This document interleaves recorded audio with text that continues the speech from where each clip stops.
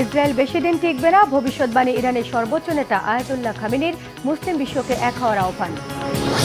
Israel ইরানের সংঘাতে যুক্তরাষ্ট্রকে জড়িয়ে পড়বে, রূপ নেবে বিশ্বযুদ্ধে। ইরানের হাতে 3000 ভয়ঙ্কর মিসাইল, পালাবে কোথায় ইসরায়েল?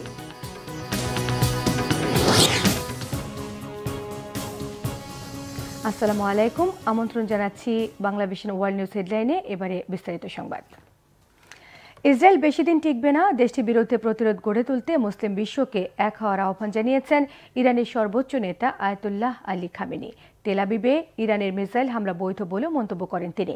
শুক্রবার জুমার খুতবায় দেয়া বক্তব্যে খামেনি বলেছেন, মুসলিম বিশ্বের একমাত্র শত্রু এখন ইসরায়েল। তারা সাধারণ মুসলিমদের হত্যা করছে। এটি বন্ধ করতে সমস্ত মুসলিম দেশকে প্রতিরোধ গড়ে তুলতে হবে। বিস্তারিত শহীদ আরাফাতের ডেস্ক রিপোর্টে। মুসলিম বিশ্বের একমাত্র শত্রু এখন ইসরায়েল। ইরানের সর্বোচ্চ নেতা আয়াতুল্লাহ আলী খামেনি সেই বার্তাই দিলেন।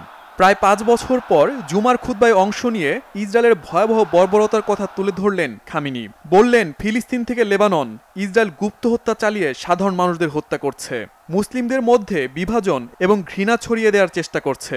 কিন্তু মুসলিমদের আত্মরক্ষার অধিকার রয়েছে। তাই ইসরায়েলকে থামাতে মুসলিম বিশ্বকে এক হওয়ার আহ্বান জানান আয়াতুল্লাহ আলী খামেনি। ইরান, ফিলিস্তিন, লেবানন, মিশর, ইরাক, সিরিয়া ও ইয়েমেনের সবচেয়ে বড় শত্রু এখন ইসরায়েল। এই শত্রুপক্ষ মুসলিমদের মধ্যে বিভাজন ও ঘৃণার বীজ বপন করতে চায়, কিন্তু সেটি হতে দেয়া হবে না। ফিলিস্তিনিরা তাদের নিজ ভূমিতে বসবাস করার অধিকার রাখে, কিন্তু তাদের জীবন কেড়ে নেওয়া হচ্ছে, ধ্বংস করা হচ্ছে ফিলিস্তিনিদের ফসলি জমি। এই অধিকার ফিরিয়ে দিতে হবে। এজন্য মুসলিম বিশ্বের প্রতিটি দেশকে একই লক্ষ্য নিয়ে এগিয়ে আসতে হবে। খামেনি বলেন, হামাস এবং হিজবুল্লাহ ফিলিস্তিনিদের জন্য যুদ্ধ করছে, তবে তাদের ওপর ইসরায়েল বর্বর হামলা চালাচ্ছে। ফিলিস্তিনিদের অধিকার রক্ষায় হিজবুল্লাহ গোষ্ঠীর পাশে দাঁড়ানো নিয়ে কেউ সমালোচনা করার অধিকার রাখে না। হিজবুল্লাহ এবং হামাসের প্রতিরোধে পিছু হটবে ইসরায়েল। যুদ্ধে পরাজয় স্বীকার করবে নেতানিয়াহু বাহিনী। ততদিন পর্যন্ত সংগঠনগুলোর প্রতি ইরানের সমর্থন অব্যাহত থাকবে বলেও জানান ইরানের সর্বোচ্চ নেতা। হিজবুল্লাহ এবং হামাসের প্রতিরোধে ইসরায়েল টিকতে পারবে না। ইসরায়েলিদের পরাজয় বরণ করতে হবে। ফিলিস্তিনিরা তাদের নিজ ভূমিতে সব ধরনের অধিকার নিয়ে বসবাস করবে, এটাই স্বাভাবিক। ফিলিস্তিনিদের রক্ষায় হিজবুল্লাহ গোষ্ঠী এগিয়ে আসতেই পারে, এতে তো কোনো ধরনের আন্তর্জাতিক আইন লঙ্ঘন হচ্ছে না। ফিলিস্তিনিরা তাদের ভূমি রক্ষায় যে সংগ্রাম করছে সেটি আইনত বৈধ। হিজবুল্লাহ এবং হামাস ফিলিস্তিনিদের সহযোগিতা করলে সেটিও আইনত বৈধ হিসেবে গণ্য হবে। 3 দিন পর গাজায় ইসরায়েলি হামলার 1 বছর পূর্ণ হবে। এর আগে ইরানের সর্বোচ্চ নেতা আয়াতুল্লাহ আলী খামেনি ফিলিস্তিনি এবং লেবাননবাসীর অধিকার রক্ষার কথা তুলে ধরলেন। মুসলিম বিশ্বকে এক হওয়ার আহ্বান জানালেন। খুতবায় উপস্থিত হাজারো মানুষ ইরানের সর্বোচ্চ নেতার এই আহ্বানের প্রশংসা করেন।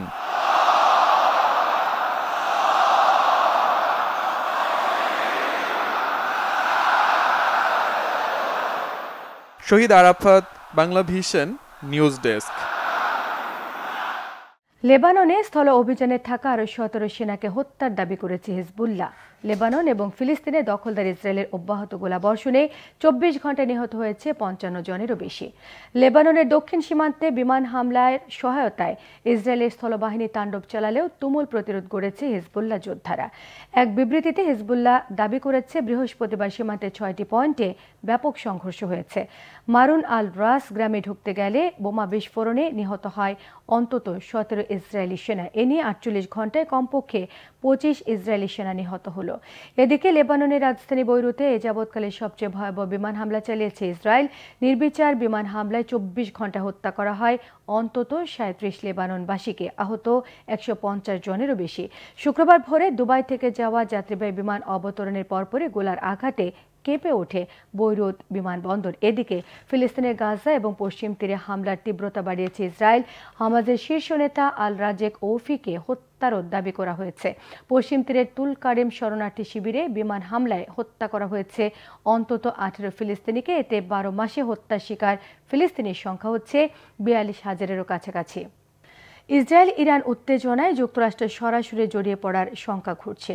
অনেকের আশঙ্কা, উত্তেজনা আরও বাড়লে এবং ইরান আবার ইসরায়েলের বিরুদ্ধে পাল্টা হামলা চালালে যুক্তরাষ্ট্র সরাসরি যুদ্ধে জড়িয়ে যেতে পারে। ফলে চলমান এই আঞ্চলিক সংঘাত বড় কোনো যুদ্ধে রূপ নেয় কিনা সেই প্রশ্ন অনেকেরই। বিস্তারিত মীর ফজলে রাব্বির ডেস্ক রিপোর্টে। বিশ্বের যে প্রান্তেই সংঘাত শুরু হয় সেখানেই কোনো না কোনোভাবে জড়িয়ে থাকে মার্কিন যুক্তরাষ্ট্রের নাম। ইরান ইসরায়েল লেবাননের ত্রিমুখী উত্তেজনা শুরুর পর থেকেই নানা রকম মন্তব্য করে আসছে বাইডেন প্রশাসন। সরাসরি ময়দানে না নামলেও যুদ্ধের আবহ সৃষ্টিতে বেজায় পটু এই দেশটি। যুদ্ধের জল এতদূর গড়ানোর পেছনেও দায় রয়েছে যুক্তরাষ্ট্রের এসব উস্কানিমূলক কর্মকাণ্ডের। ফলে প্রশ্ন উঠছে, নিজেদের অস্তিত্বের জানান দিতে এবার কি লড়াইয়ে নেমেই পড়বে যুক্তরাষ্ট্র?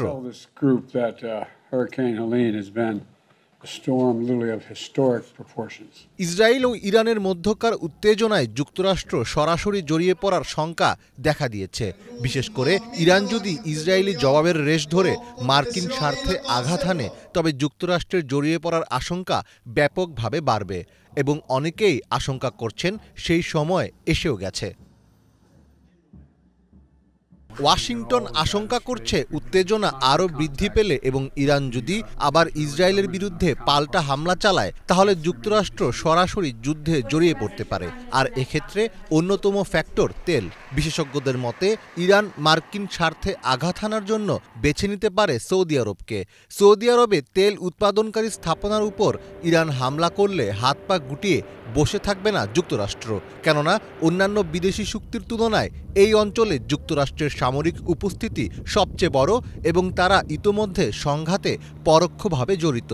ফলে এর মাধ্যমেই এই যুদ্ধে যুক্তরাষ্ট্রের জড়িয়ে পড়ার একটি রাস্তা তৈরি হতে পারে। মঙ্গলবার ইরানের ক্ষেপণাস্ত্র হামলা প্রতিহত করতে ইসরায়েলের আকাশ প্রতিরক্ষা বাহিনীর সাথে কাঁধে কাঁধ মিলিয়ে যোগ দেয় যুক্তরাষ্ট্র। ভূমধ্যসাগরে মোতায়েন করা যুক্তরাষ্ট্রের দুটি নৌজাহাজ ইরানের ক্ষেপণাস্ত্র ভূপাতিত করার লক্ষ্যে 1 ডজন ইন্টারসেপ্টর রকেট নিক্ষেপ করে। বিশ্লেষকরা বলছেন, ইসরায়েল যদি একা লড়াই করে এই যুদ্ধে জিতেও যায় তবুও তারা কোণঠাসাই থাকবে, কারণ এমন ধ্বংসযজ্ঞ চালানোর পর আন্তর্জাতিক শান্তি প্রতিষ্ঠায় ইসরায়েলের গ্রহণযোগ্যতা তলানিতে পৌঁছাবে। ফলে স্বাভাবিকভাবেই এই যুদ্ধে যুক্তরাষ্ট্রকে জড়িয়ে নিজেদের পাল্লা ভারী করতে চাইবে ইসরায়েল। মধ্যপ্রাচ্যের চলমান সংকট নিয়ে শুরুতে চুপ থাকলেও এখন সরব হচ্ছে রাশিয়া। রাশিয়ার পররাষ্ট্র মন্ত্রণালয়ের মুখপাত্র মারিয়া জাখারোভা বলেন, পশ্চিম এশিয়া অঞ্চলে মার্কিন প্রেসিডেন্ট জো বাইডেনের নীতি ব্যর্থ প্রমাণিত হয়েছে। হোয়াইট হাউসের বিবৃতি এখন কোনো কাজেই আসছে না। মধ্যপ্রাচ্যে বাইডেন প্রশাসন সম্পূর্ণ ব্যর্থ। যুক্তরাষ্ট্র যদি মধ্যপ্রাচ্যে সেনা মোতায়েনের সিদ্ধান্ত নেয় তাহলে রাশিয়াও বসে থাকবে না। ইরানের সাথে সম্মুখ যুদ্ধে জড়িয়ে পড়বে যুদ্ধবাজ পুতিনের দুর্ধর্ষ সেনারাও। ফলে চলমান এই আঞ্চলিক সংঘাত বড় কোনো যুদ্ধে রূপ নেয় কিনা সেটিই এখন দেখার বিষয়। মীর ফজলে রাব্বি, বাংলা ভিশন। ইসরায়েলের বিভিন্ন স্থাপনা লক্ষ্য করে ইরানের প্রায় 200 উচ্চগতির ব্যালিস্টিক ক্ষেপণাস্ত্র নিক্ষেপ আন্তর্জাতিক বড় ঘটনা। তেহরানের তরফ থেকে গত এপ্রিলে চালানো ড্রোন এবং মিসাইল হামলার চেয়ে এবারের হামলায় বেশ ভিন্নতা। ইসরায়েলের ক্ষেপণাস্ত্র বিধ্বংসী আকাশ প্রতিরক্ষা ব্যবস্থাকে নাজেহাল করে দেয়া আক্রমণের পর ইরানের ক্ষেপণাস্ত্র সক্ষমতা আবারও আলোচিত। 2022 সালে তেহরানের হাতে আনুমানিক 3000 ব্যালিস্টিক ক্ষেপণাস্ত্র থাকার ধারণা ছিল যুক্তরাষ্ট্রের। সমরাস্ত্র বিশেষজ্ঞরা বলছেন এই সংখ্যা আগের চেয়ে বৃদ্ধি পেয়েছে। ইরানের শক্তিশালী কিছু মিসাইলের তথ্য নিয়ে হাফিজুল ইসলামের ডেস্ক রিপোর্ট। ইসরায়েলের রাজধানী তেল আবিব কিংবা গুরুত্বপূর্ণ কোনো শহর, কয়েক মিনিটেই সেখানে পৌঁছে যেতে পারে ইরানের তৈরি দূরপাল্লার মিসাইল, গুড়িয়ে দিতে পারে যে কোনো স্থাপনা। গত 1 অক্টোবরের হামলায় নিজেদের তৈরি শব্দের চেয়ে দ্রুতগতির হাইপারসোনিক মিসাইল ব্যবহার করেছে ইরান।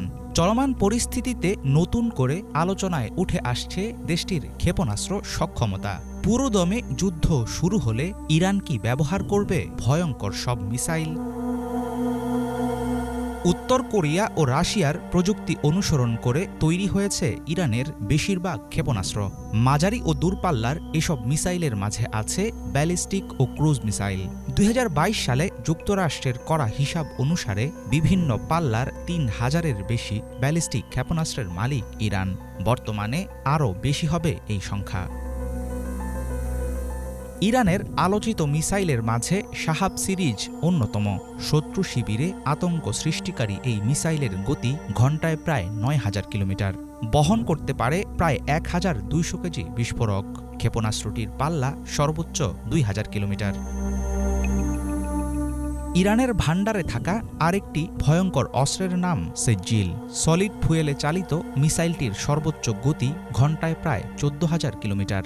সর্বোচ্চ 1,500 কেজি ওজনের বিস্ফোরক বহন করতে সক্ষম ক্ষেপণাস্ত্রটি আঘাত হানতে পারে 2,500 কিলোমিটার দূরত্বের লক্ষ্যবস্তুতে।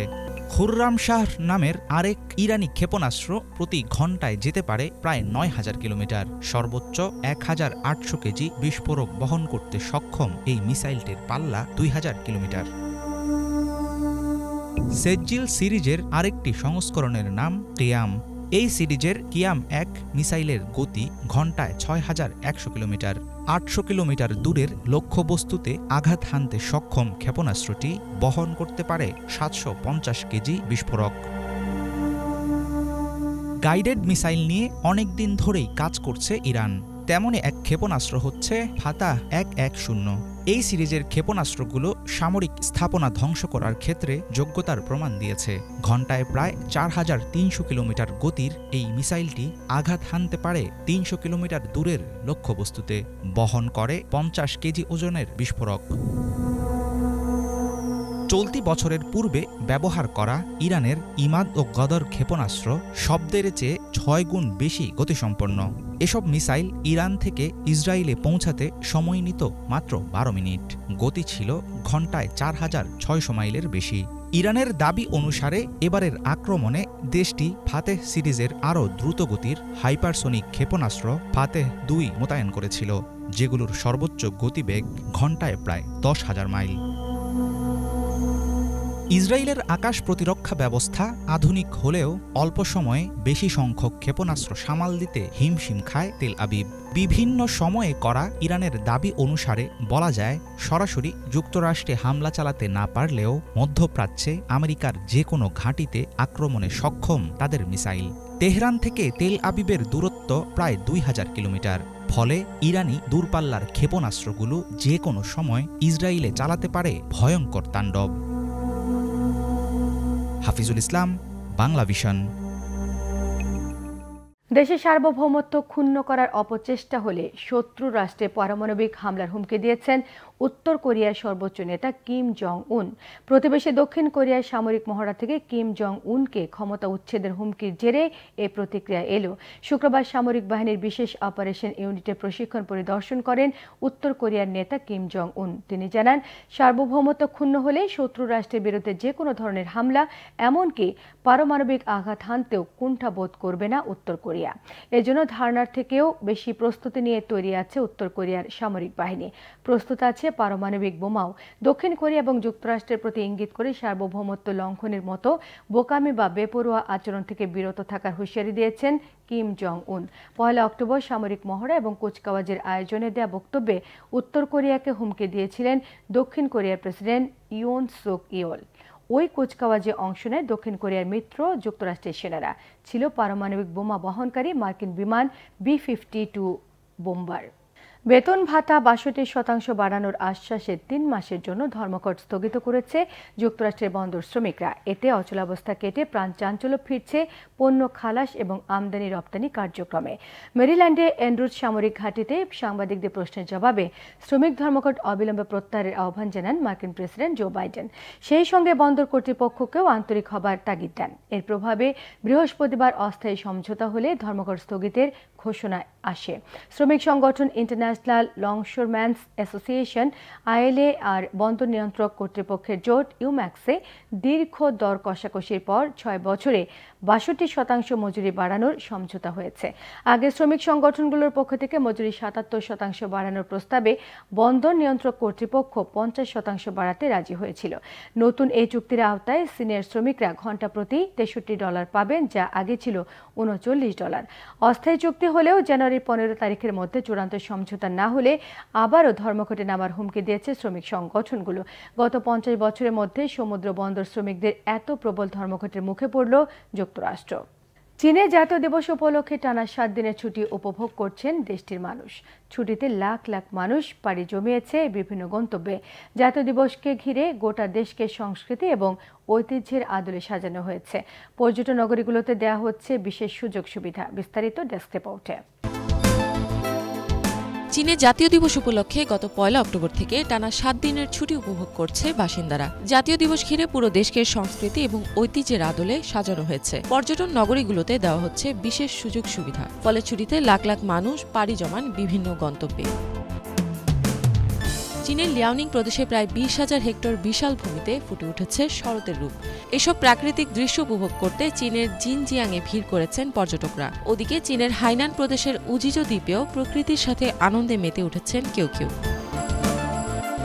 চীনে 4টি বিখ্যাত টাওয়ারের একটি হুনান প্রদেশের ইউয়াং টাওয়ার। অসংখ্য পর্যটক সেখানেও ভিড় জমিয়েছেন। চীনের প্রাচীন বুদ্ধিজীবীদের সম্পর্কে জানাতে সন্তানদের নিয়ে আসেন বাবা মায়েরা।